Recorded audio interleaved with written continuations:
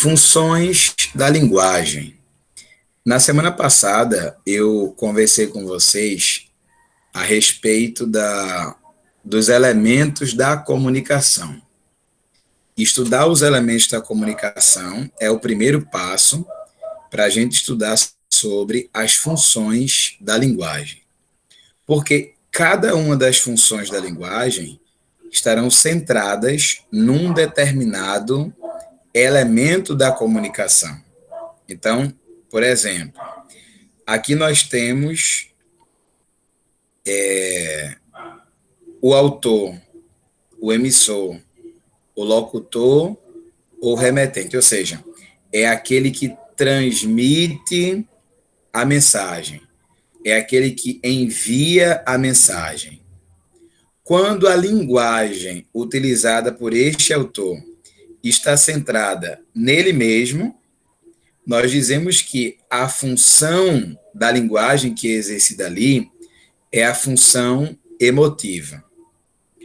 Aqui nós temos outra função da linguagem, que é a função poética, que está centrado não no autor, mas está centrado na mensagem que este autor transmite. De modo que há uma unidade linguística de acordo com as escolhas do autor. Esta função é a função poética. Irmã Lilian, seja bem-vinda. A paz. É a função poética. Nós temos ainda quando a linguagem está centrada naquele que recebe a mensagem, ou seja, no receptor, também chamado de leitor, destinatário, interlocutor, é a linguagem apelativa. A função da linguagem ali é apelativa, tá? Às vezes a linguagem está centrada no referencial ou no contexto em que ela está sendo apresentada. Chamamos, ou seja, no assunto, chamamos essa função de linguagem de função referencial. E, às vezes, a linguagem está centrada no suporte, ou seja, no canal que está sendo usado para transmitir a mensagem. Quando isso acontece, dizemos que a função é fática e o foco está no meio pelo qual essa mensagem é transmitida. E a função metalinguística é aquela que se centra no código, tá? O código é a maneira como a mensagem é transmitida. Se é por meio da linguagem verbal, da linguagem não verbal, a linguagem visual, é a língua portuguesa, é a língua oralizada, que linguagem está sendo usada para transmitir a mensagem. Então, cada uma das funções, a função emotiva, a função poética, a função apelativa, a função referencial, a função fática e a função metalinguística, estarão ligados a um dos elementos da comunicação, tá? Só para vocês lembrarem, eu vou voltar aqui na imagem da semana passada,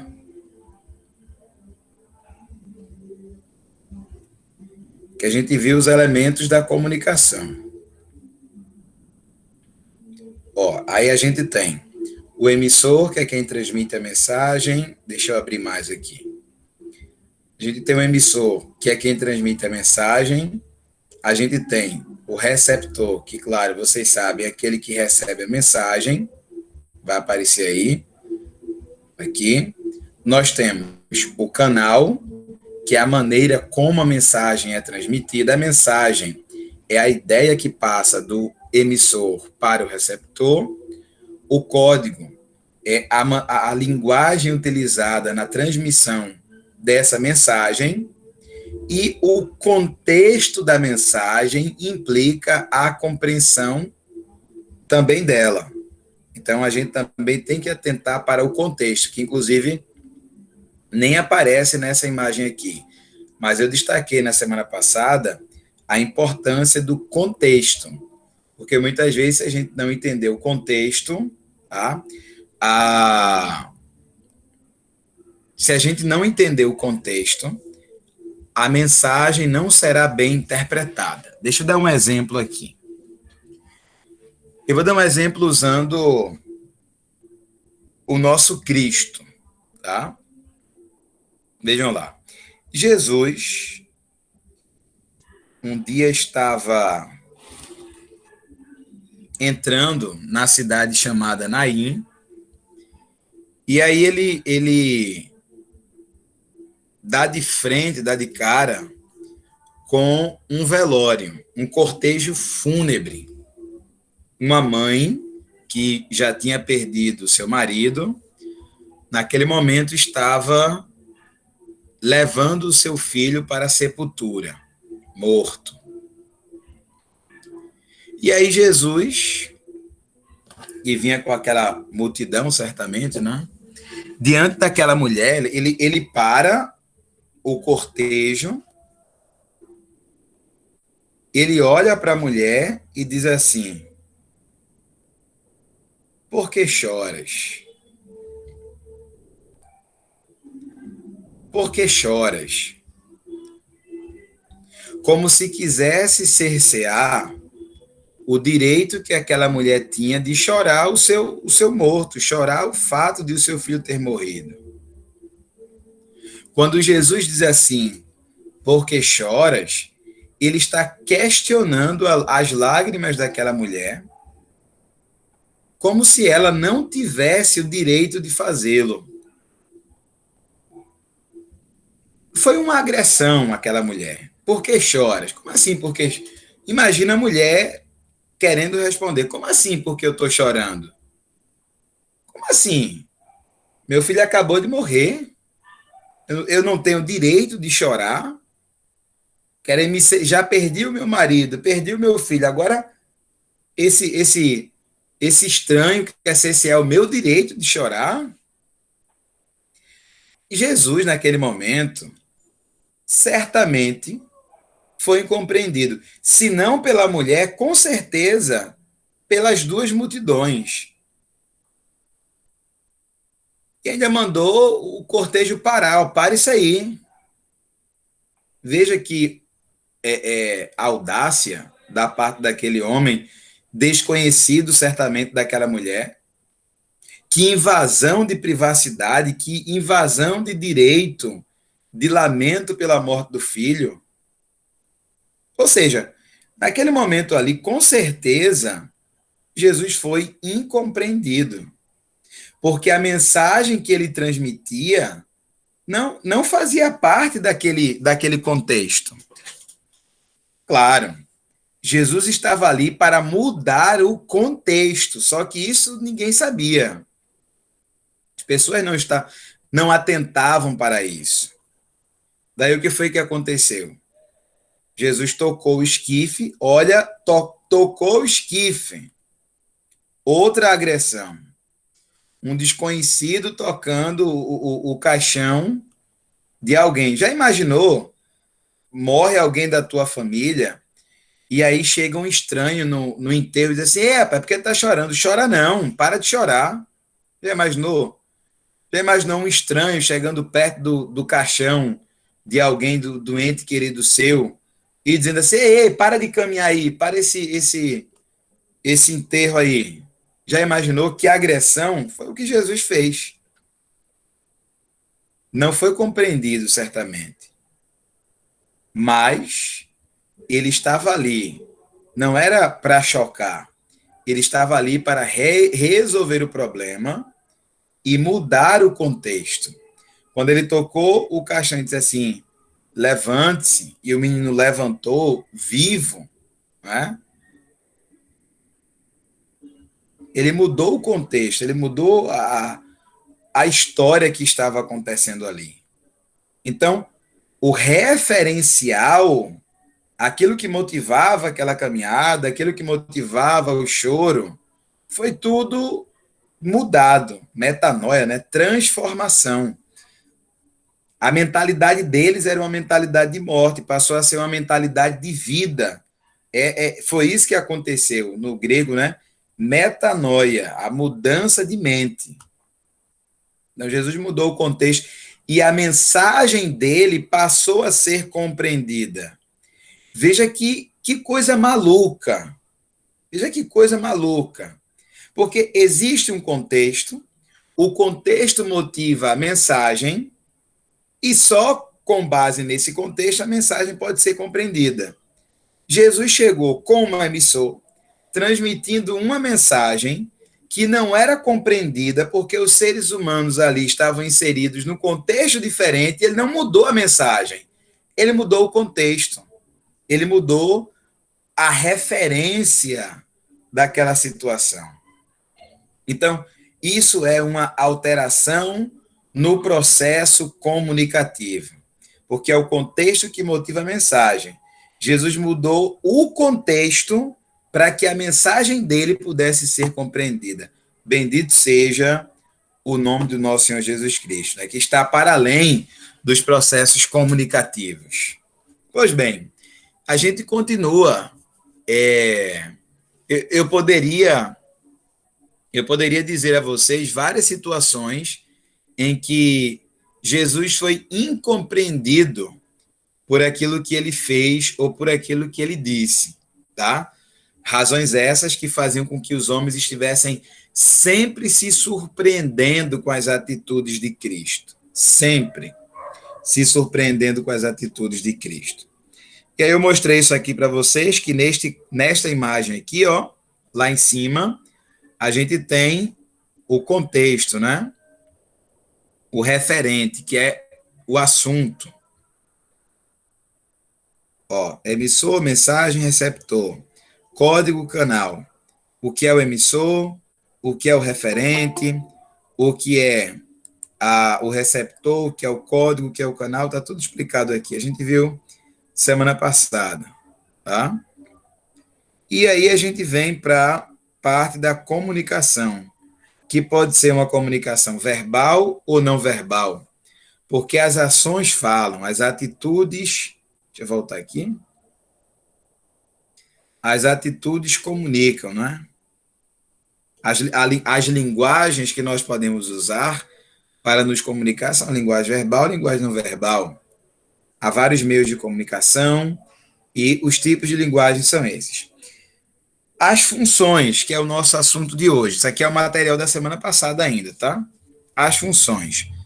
Eu gostaria que alguém fizesse a leitura desta imagem que está aparecendo aí. Quem pode ler?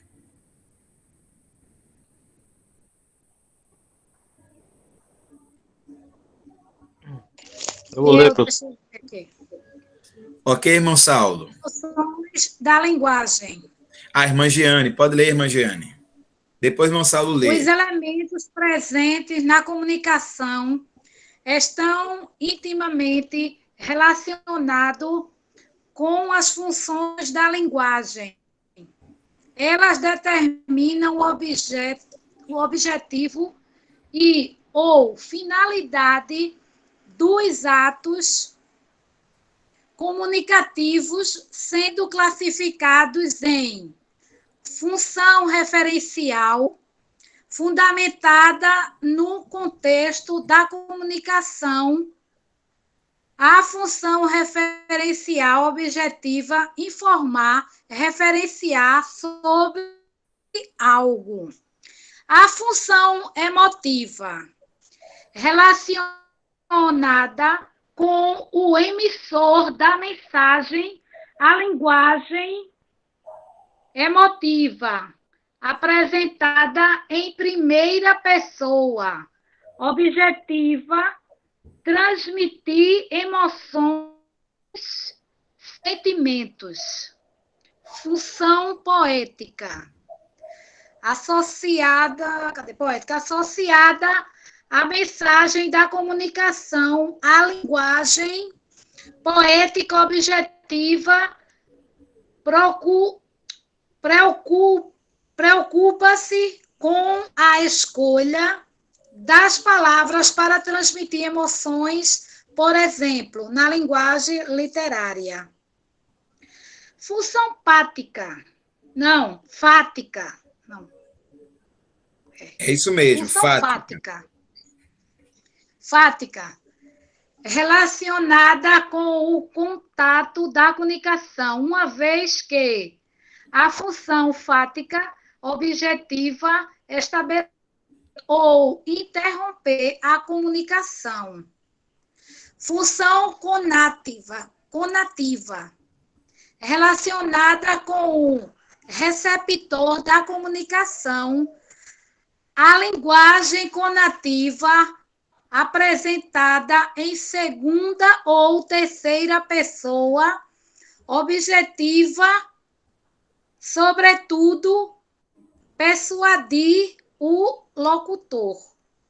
E a função metalinguística, relacionada ao código de comunicação, uma vez que a função metalinguística objetiva explicar o código, linguagem, através dele mesmo. Amém. Muito bem, obrigado, irmã Giane, pela leitura. E aí aqui eu volto à nossa sala de aula, tá? E para observar aquilo que está postado, que foi postado há pouco, funções da linguagem, é outro material. Aqui só trata sobre as funções da linguagem.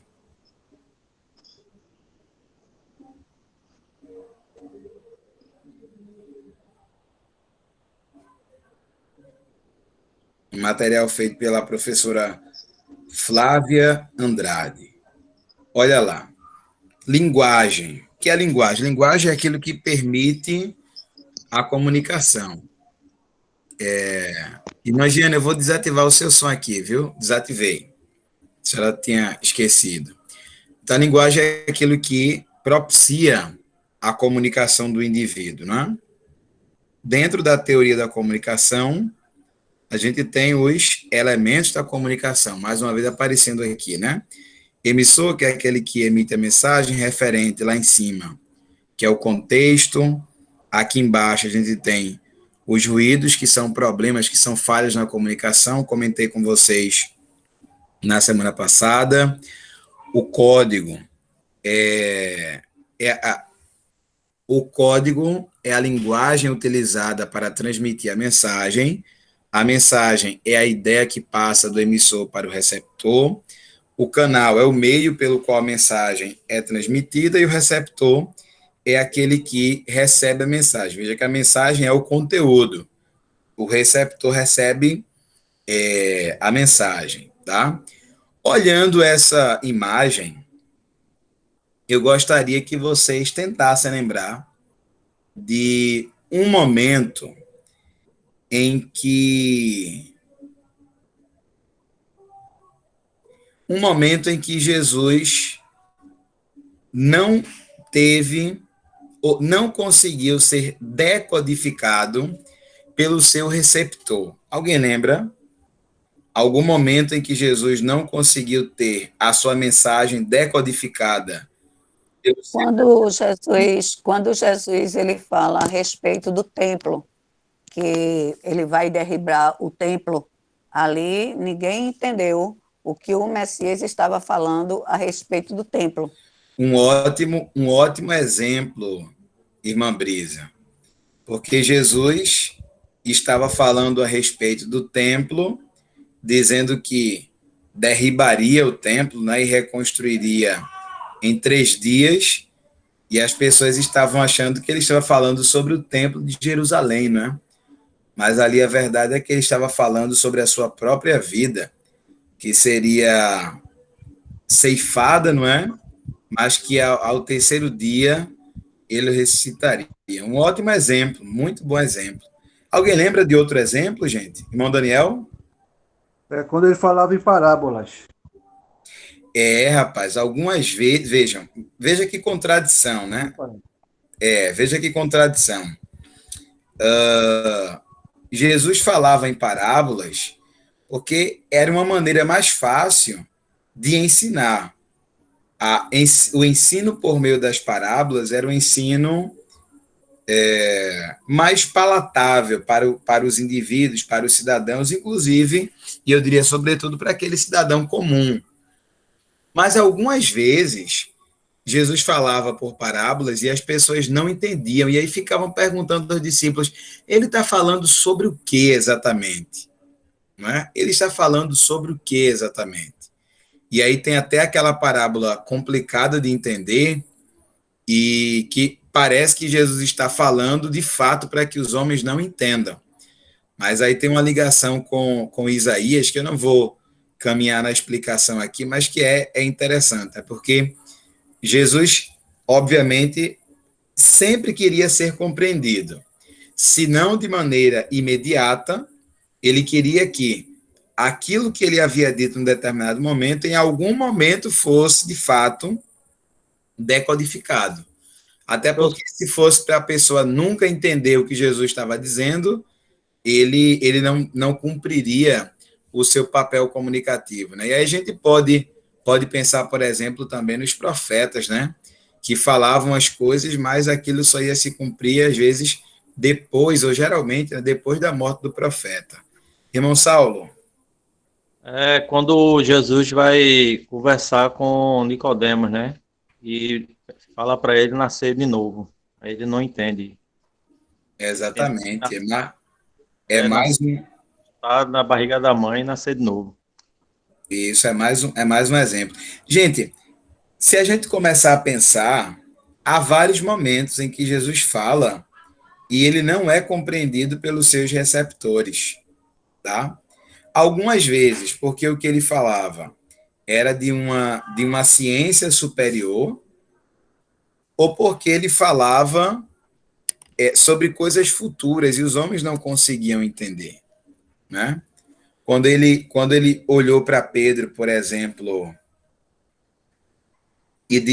olhou para Pedro, depois de ter ressuscitado, lá em João capítulo 21, depois de ter ressuscitado, foi em busca dos seus discípulos, não é? Pedro estava pescando, e aí, no mar da Galileia, depois ele, é o Senhor, aí mergulha e vai para perto de Jesus. Aí Jesus, Simão, filho de Jonas, me amas, te amo, Senhor, me amas, te amo, Senhor, me amas, te amo, Senhor. Apacenta as minhas ovelhas. E aí depois, Jesus diz assim, um dia, você será atado e será levado para um lugar onde tu não queres ir. Acho que Pedro pensou assim, como assim, você é atado, você é levado para um lugar que eu não quero ir, né? Mas João, que foi o último dos discípulos a morrer, não é? Que, ao que tudo indica, foi o único que morreu de morte natural, escreveu e disse assim, Jesus falou aquilo sobre a morte com a qual Pedro haveria de morrer. Então, certamente Pedro não compreendeu naquele momento, mas a palavra de Jesus se cumpriu, como está escrito, né? Passam céus e terras, mas a minha palavra não passará, né? Bom, deixa eu passar aqui.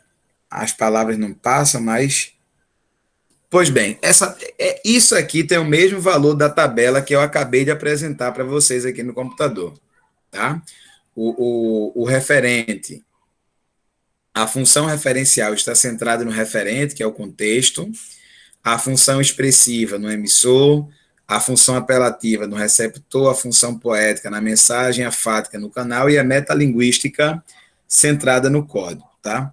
Aí aqui a gente tem algumas explicações sobre função referencial. Irmão Saulo, nos ajude aí na leitura, por favor.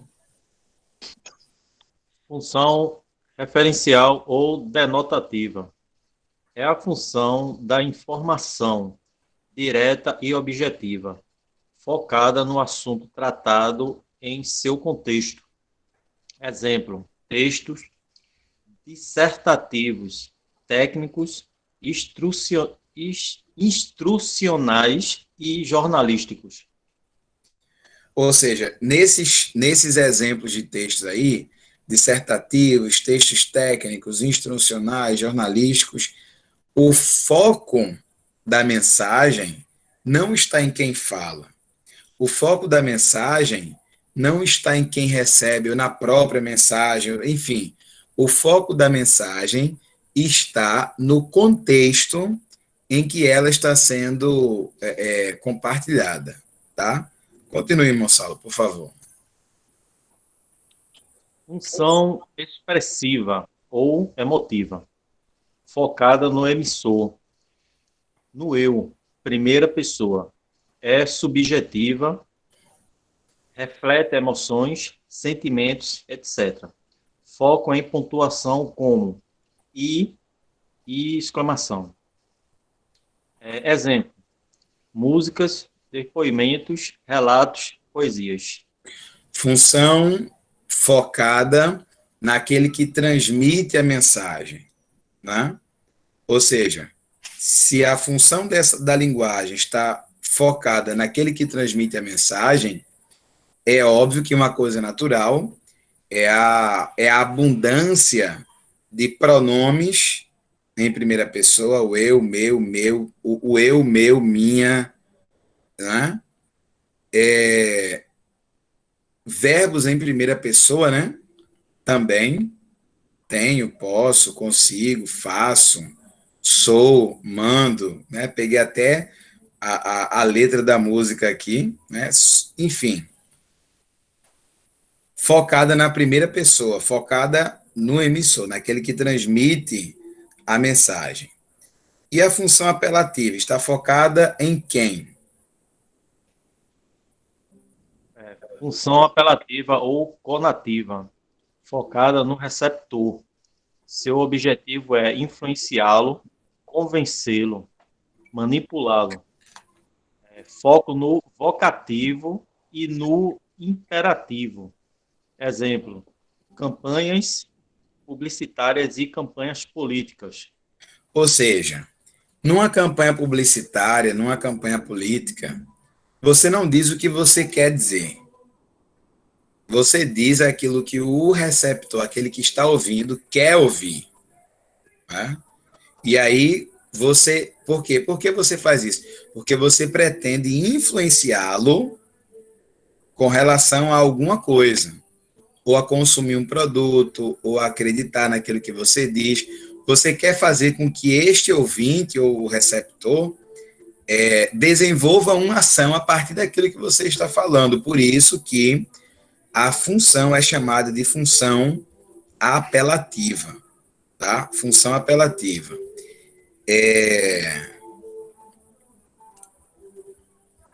Deixa eu ver uma coisa aqui. Professor Edson. Irmão Edson, o senhor levantou a mão, pode falar. Trazendo para nós, como cristão hoje, é o que tem acontecido nas igrejas, né? O povo tem trazido pregação focando no que o povo quer, que o ouvinte da igreja quer, né? Prosperidade, vitória, só que Deus é amor. Então, justamente trazendo para esse lado, nesse foco aí, como o senhor está explicando aí.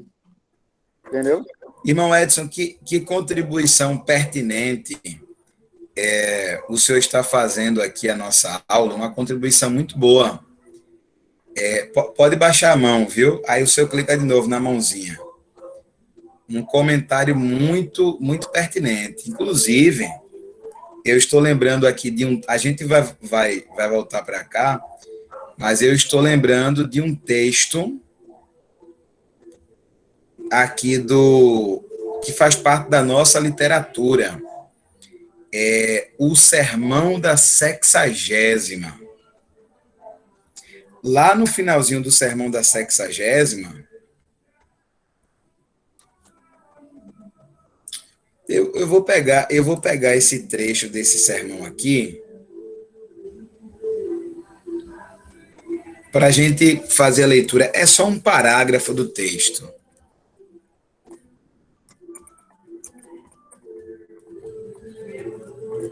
Sermão da Sexagésima.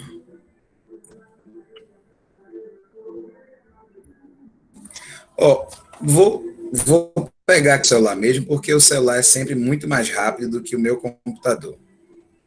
Ó.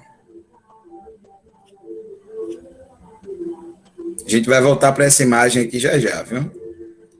Deixa eu pegar aqui, ó. Sermão da 60ª PDF.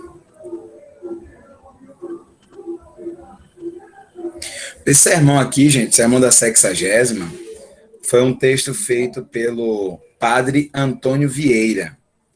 Padre Antônio Vieira é um dos grandes, é um dos dois, né, grandes representantes da literatura cristã, eu poderia dizer assim, do século XVII.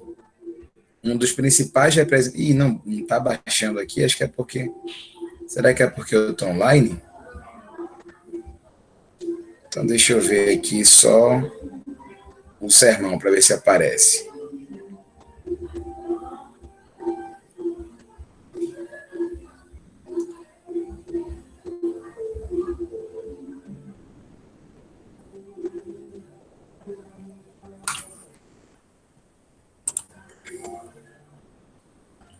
Não está abrindo aqui, gente. Não sei por quê. Talvez seja porque eu estou online, né? Mas no computador eu já abri.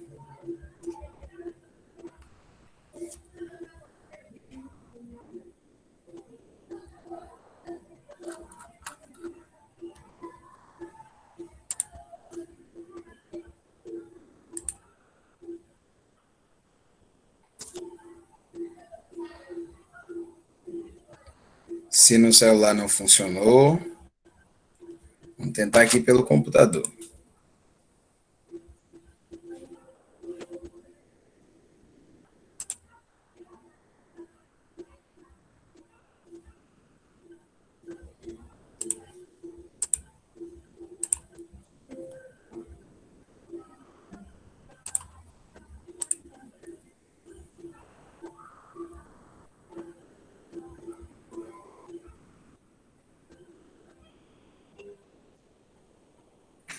Pronto, já iniciei aqui a apresentação. Ó, Sermão da 60ª, Padre Antônio Vieira, 1655. Olha aqui, ó, 1655. É uma pregação isso aqui, gente, tá? Inclusive, eu vou pedir em algum momento que vocês façam a análise dessa pregação, tá? Dentro de língua portuguesa, a gente pretende chegar lá. Vejam, é uma pregação, digamos assim, meio extensa. Lá no final da pregação, que as pregações eram escritas e depois lidas, naquela época, né? Ó, isso aqui é o final do sermão.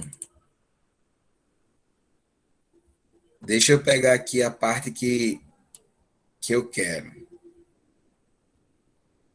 Olha aqui.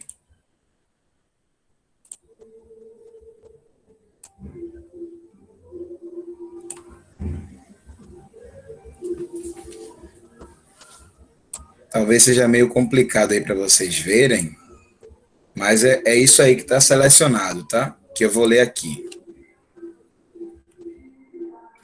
Enfim, ou seja, chegando no fim do sermão, né?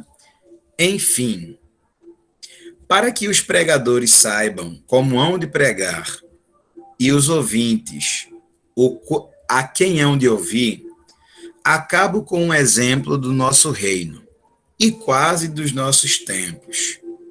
Pregava em Coimbra 2 famosos pregadores, ambos bem conhecidos por seus escritos.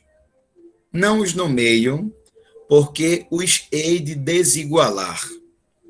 Altercou-se entre alguns doutores da universidade qual dos dois fosse maior pregador.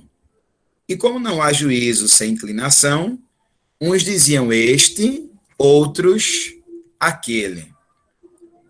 Mas um lente, que entre os mais tinha maior autoridade, concluiu desta maneira: entre 2 sujeitos tão grandes, não me atrevo a interpor juízo. Só direi uma diferença, que sempre experimento quando ouço um, saio do sermão muito contente do pregador. Quando ouço outro, saio muito descontente de mim.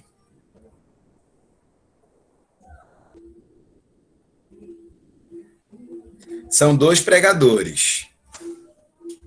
Dois grandes pregadores, tá? E pregadores respeitados, admirados pelos grandes do reino lá de Portugal. E esse Lente, não é? Esse Lente, ou seja, este homem de grande referência que estava no meio dos homens, os doutores, né? Os universitários, os doutores de fato, certamente da Universidade de Coimbra, disse assim, olha, vocês estão discutindo aí quem deve ser o melhor pregador entre esses dois grandes homens aí. Entre dois sujeitos tão grandes, não me atrevo a interpor juízo, ou seja, eu é que não vou dizer quem é o melhor entre eles, mas eu vou dizer uma coisa, uma diferença que eu vejo quando eu os escuto.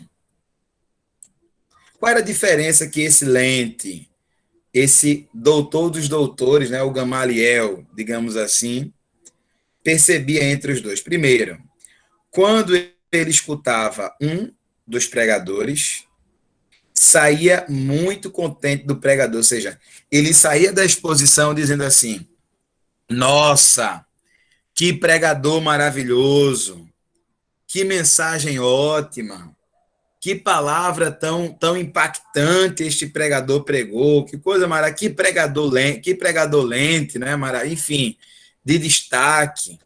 Era isso que ele saía pensando a respeito daquele grande pregador. E com relação ao outro pregador, olha o que ele disse aqui, quando ouço outro, saio muito descontente de mim. Quando ouço outro, saio muito descontente de mim. A minha pergunta a vocês é a seguinte: quem desses dois pregadores estava cumprindo, de fato, a missão que Deus delegou? O segundo.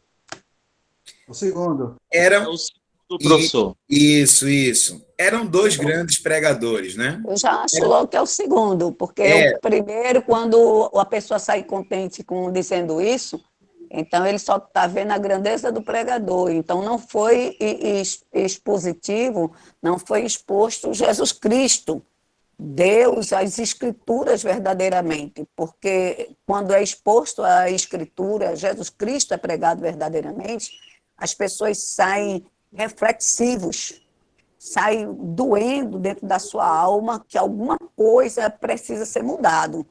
E eu acho esse... Só um minuto, Saulo. Eu acho esse caminho interessante e necessário de nós caminharmos, sim. Assim, nós não podemos negar pela afirmação que os dois eram grandes pregadores, tanto o primeiro quanto o segundo. Era o doutor dos doutores que estava dizendo assim, ó, quando eu escuto a pregação desse aqui, eu saio muito contente, porque eu vejo que ele é um cara que tem domínio, que prega, que não sei o quê, ele vai muito bem.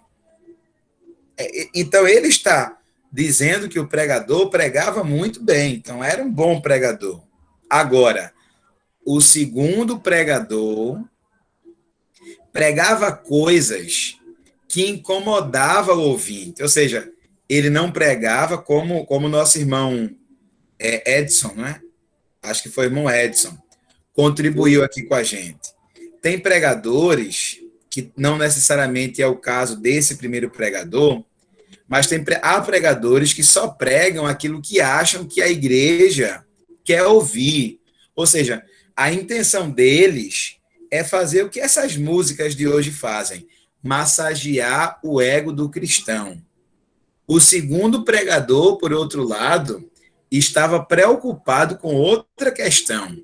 Ele estava preocupado em mexer com o ego do ouvinte e mostrar a pequenez do ouvinte, e certamente mostrando a pequenez do ouvinte, a grandeza de Deus ficava em evidência.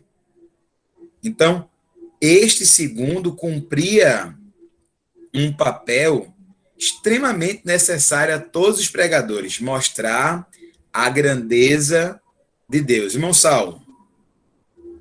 Justamente, professor, o primeiro pregador, ele estava pregando para o receptor o que o receptor queria ouvir, né? E o segundo não. Exato. Então aí a gente entende esse segundo pregador como sendo de fato alguém de grande referência e, sobretudo, de grande coragem. Porque você pregar o que o povo não quer ouvir, meu Deus do céu, é ou não é? É um negócio complicado, mas foi para isso que Deus nos chamou. Deus não nos chamou para que a gente fale o que os outros querem ouvir. Deus nos chamou para que a gente pregue, para que a gente fale aquilo que Ele quer falar para a sua igreja. E que o Espírito Santo de Deus encontre em nós este exemplo de pregador que não está preocupado com a maneira como o público vai receber a mensagem, mas está primordialmente preocupado com aquilo que Deus tem para comunicar às pessoas. Então, a nossa comunicação com o público na igreja precisa estar centrada em Deus, que é aquele que de fato nos usa para comunicar, de modo que nós nos fazemos um canal da transmissão da mensagem e às pessoas, né? Então a mensagem é dele, não é a nossa mensagem. Sabendo disso, que a mensagem é dele, você não tem responsabilidade. A responsabilidade é dele. Agora, com aquilo que ele diz, viu? Porque tem um bocado de povo, e aí quando o povo vai embora, não, mas foi Deus que mandou. E muitas vezes é a arrogância do pastor. Tem que tomar cuidado com essas questões também. Ou é a sua arrogância, ou é a minha arrogância. Deus é responsável por aquilo que ele manda falar. Ele não é responsável pelo que você diz. Ele não é responsável por aquilo que eu digo. Ele é responsável por aquilo que ele nos manda comunicar. A gente tem que prestar atenção nisso aí, tá? Vamos para a próxima. Vamos para a próxima, né? Irmã Sheila chegou agora, né, irmã Sheila? Estou observando a senhora, viu? Tem chegado atrasada nas nossas aulas, irmã Sheila. A paz. Pode ler, irmão Saulo. A paz do Senhor, professor, a todos. Amém, a paz. minha É verdade, professor, é que eu estou largando um pouquinho tarde devido a algumas dificuldades no trabalho. Eita. E aí nem casei, não cheguei ainda. Mas eu estou aqui ouvindo, infelizmente peguei já a aula já no caminho, eu fiquei voando, mas vou me sintonizar depois que ler. Pronto, dê lugar, irmão Saulo, dê lugar. Estamos falando sobre funções poéticas, viu? Ou melhor, sobre funções da linguagem, que está baseado naquela aula que a gente deu na semana passada. Tá certo. Irmão Saulo? Ok. Função poética se expressa na estrutura da mensagem, utilizando-se de criação de ritmos, rimas, trocadilhos e tonalidades, etc. Exemplo, poesias, campanhas publicitárias. A gente já entendeu que as campanhas publicitárias estão aqui, não é? Na função apelativa, é a função primordial. Mas não significa dizer que não apareça também, não possa aparecer também nas campanhas publicitárias a função poética, tá? Por que que pode aparecer? Porque as campanhas geralmente trazem mensagens curtas e objetivas. Às vezes, um verso, dois versos, que também constituem a função poética, mas primordialmente esta função se exerce por meio dos poemas. Função fática, irmão Saulo.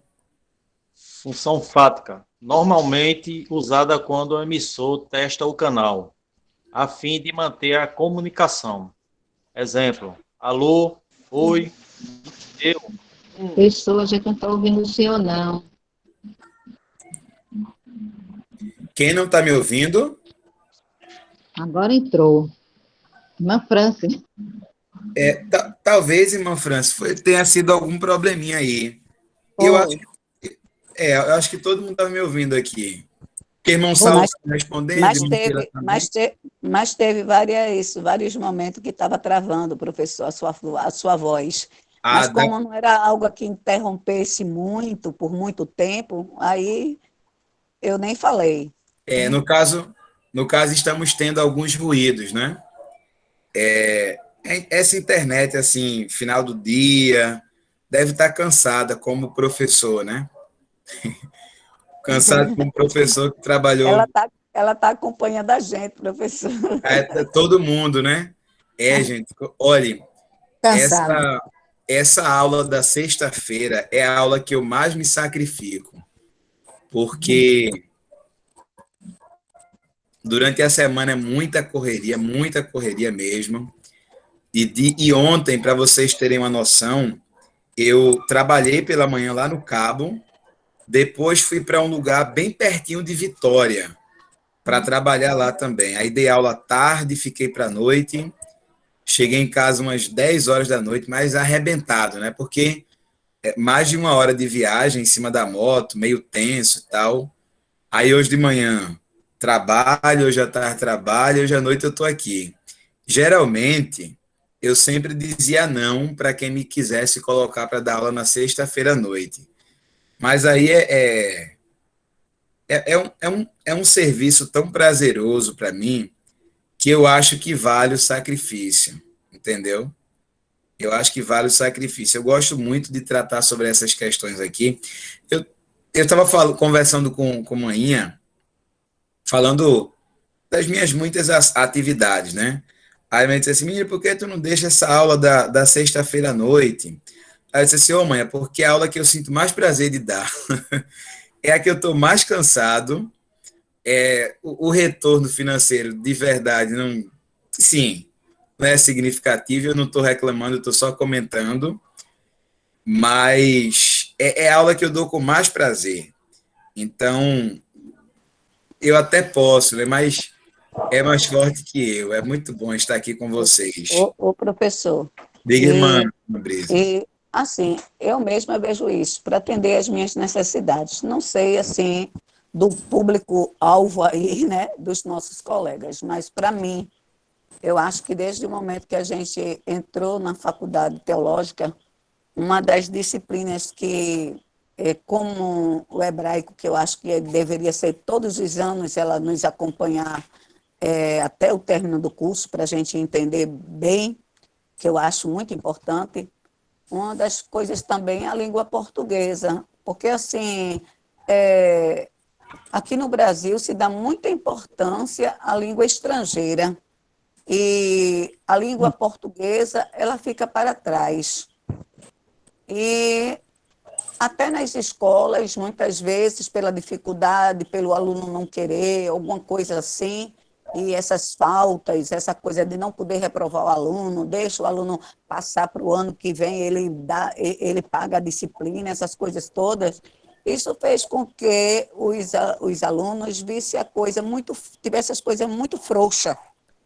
E é muito bom. Por exemplo, no meu caso, que me esqueci de tudo, para mim seria muito prazeroso eu ter, assim, 1 ano inteiro, 2 anos, totalmente assim, para ter essa cadeira toda assim, de língua portuguesa, vendo, assim, uma pessoa como o senhor, que o senhor, assim, tenta detalhar para a gente, o senhor passa para a gente uma segurança, mas uma calmaria, e tenta colocar também, por ser evangélico, trabalhar essa questão da linguagem dentro das escrituras sagradas, trazendo texto com texto, conversando conosco, e isso nos dá mais tranquilidade no trabalhar a língua portuguesa.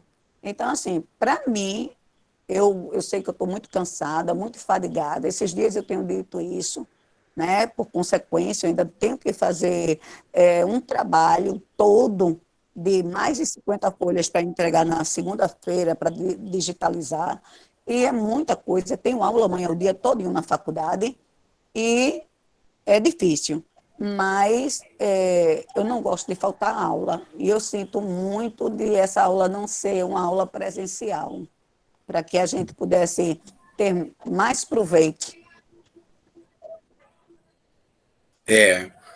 Bom, é o que a gente dispõe nesse momento, né?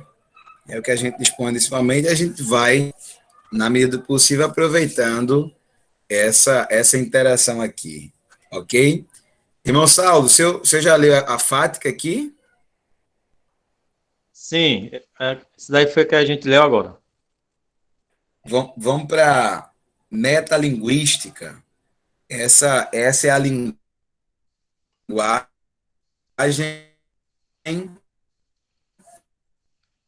Ok. Função metalinguística. que explica a Nesta, própria linguagem, né? É um negócio interessante isso aí. Leia para nós, por favor. Nesta, o emissor explica o código usando o próprio código. É a mensagem sobre a mensagem. Exemplo, texto sobre escrita, filmes sobre a indústria cinematográfica. Ok. Vamos tentar pensar aqui algumas coisas com função metalinguística, né? Por exemplo, quando a gente pega um dicionário para ler, um dicionário cumpre uma função metalinguística, porque o dicionário tem palavras que explicam os significados de palavras. Ou seja, é a linguagem explicando a linguagem. Isso é uma função metalinguística. Tá?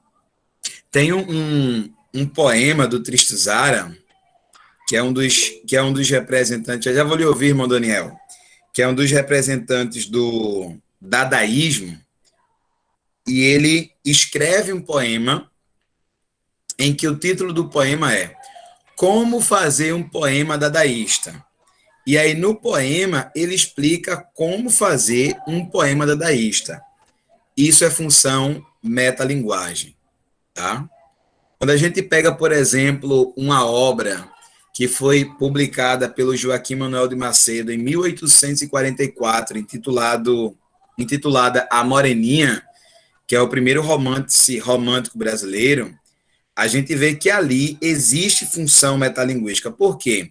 Porque é um romance que fala sobre fazer romance. Não é o assunto principal do texto. Mas lá no final, né, o produto, o resultado, a paga de uma aposta, era a escrita de um romance. E a escrita daquele romance foi o pagamento da aposta. Então, isso na cabeça, obviamente, do Joaquim Manuel de Macedo. É uma função metalinguística. Tá? Uma das pregações mais interessantes que eu já vi do Hernandes Dias Lopes é quando ele fala sobre pregação expositiva. Se você não ouviu essa pregação, essa aula maravilhosa do Hernandes Dias Lopes, assista, tá? Pregação expositiva. Na pregação, ele fala como se faz pregação expositiva. Ele ensina pregação expositiva pregando expositivamente, ou seja, ele ensina a pessoa a pregar pregando. Isso é uma função metalinguística. Tá? Hinos, por exemplo, que a gente lê, que a gente canta, que fala sobre música, que fala sobre hino, né? Louvarei ao Senhor enquanto eu viver e tal, cumpre a função metalinguística. Então, é um filme explicando filme, um romance explicando romance, um poema explicando um poema, enfim, isso é função metalinguística. Era o irmão Daniel que queria falar? Sou eu, professor. Me responda o seguinte: Jesus, quando falava em parábolas e ele depois explicava, está dentro dessa função metalinguística? Não, Não, não, né? não.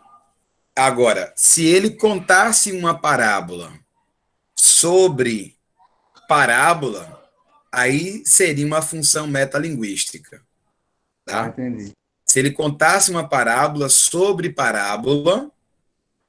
como fazer parábola, sobre como falar parábola, aí seria Ah, uma função metalinguística, sim, tá? ok.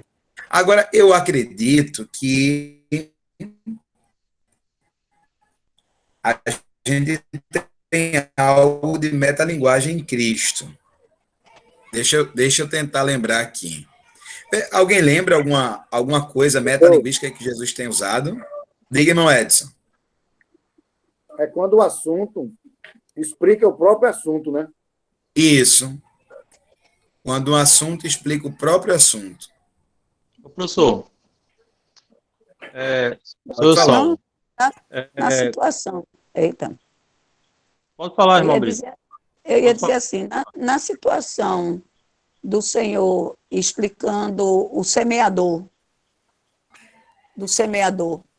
Aí na própria leitura do semeador, dizendo em cada parte, ele vai explicando a semente caindo em cada canto e o que acontece com o ser humano. As duas explicações, a explicação natural e a explicação espiritual para a semente em cada local que ela vai caindo. Não cairia nessa função, porque ele explica e reexplica em duas situações. Irmã Brisa, não cairia, não é metalinguagem, pelo seguinte.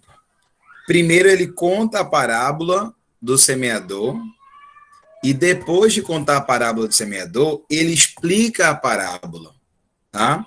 Agora, para ser metalinguagem, ele tinha que contar a parábola ou seja, digamos, né? Digamos que ele estivesse contando uma parábola e ele dissesse assim: um certo homem, contador de parábolas, contava as suas parábolas para os seus discípulos, e aconteceu de ele contar a parábola tal, aí sim, ele está numa parábola contando, falando sobre parábola. Aí a gente poderia dizer como metalinguagem. Agora, se a gente pegar no sentido espiritual, eu acho que a gente pode dizer que quando Jesus está explicando sobre. Não, mas ali é João explicando, né? No capítulo 1 de João, João explica sobre o verbo. Se fosse Jesus, seria metalinguagem, porque ele é o verbo, não é? Mas ali No era caso, João. no caso Jesus explicando nos talentos.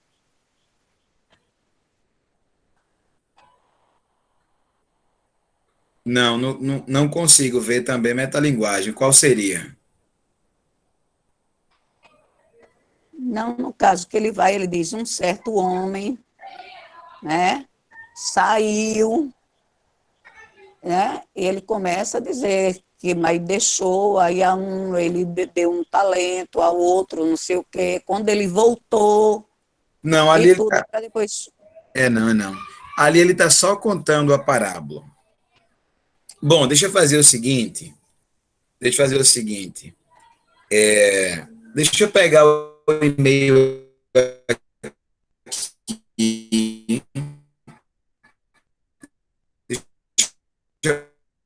pegar um texto, eu vou mostrar a vocês, aí talvez... Vejam que coisa curiosa. Eu acabei de ler para vocês um trecho, veja que legal. Eu acabei de ler para vocês um trecho em que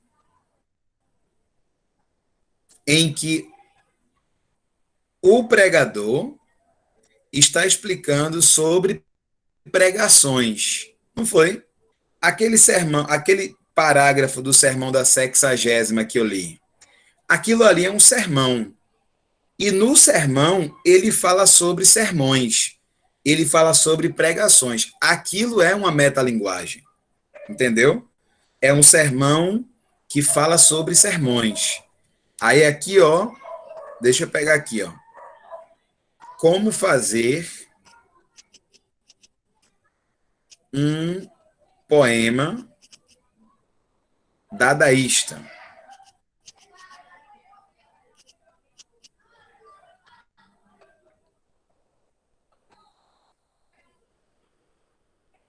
Ó, esse texto é o texto do Tristan Tzara. Ele diz assim: receita para fazer um poema dadaísta. Pegue um jornal, pegue uma tesoura, escolha no jornal um artigo com o comprimento que pensa dar ao seu poema, recorte o artigo, depois recorte cuidadosamente todas as palavras que formam o artigo e meta-as no saco. Agite suavemente.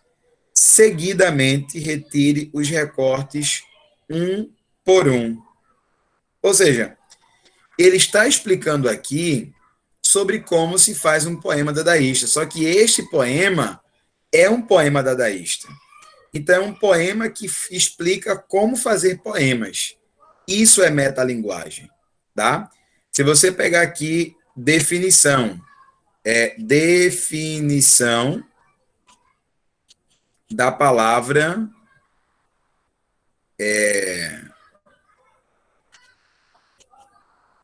deixa eu pegar uma palavra aqui.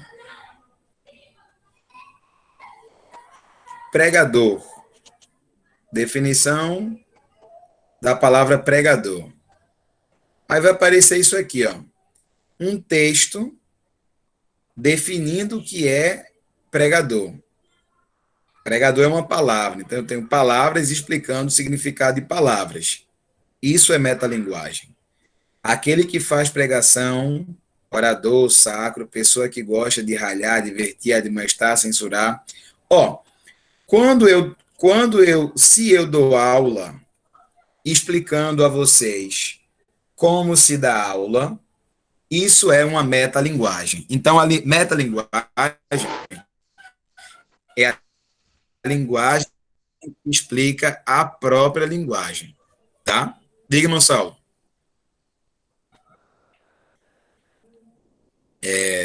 Irmão Saulo? Não sei se travou lá, mas o irmão Saulo queria falar. Ô, professor, quando um autor de Diga. um livro, ele cita outro autor de outro livro, isso seria uma metalinguística? Não. Mas se um autor escrever um livro ensinando como se escrever livros, aí sim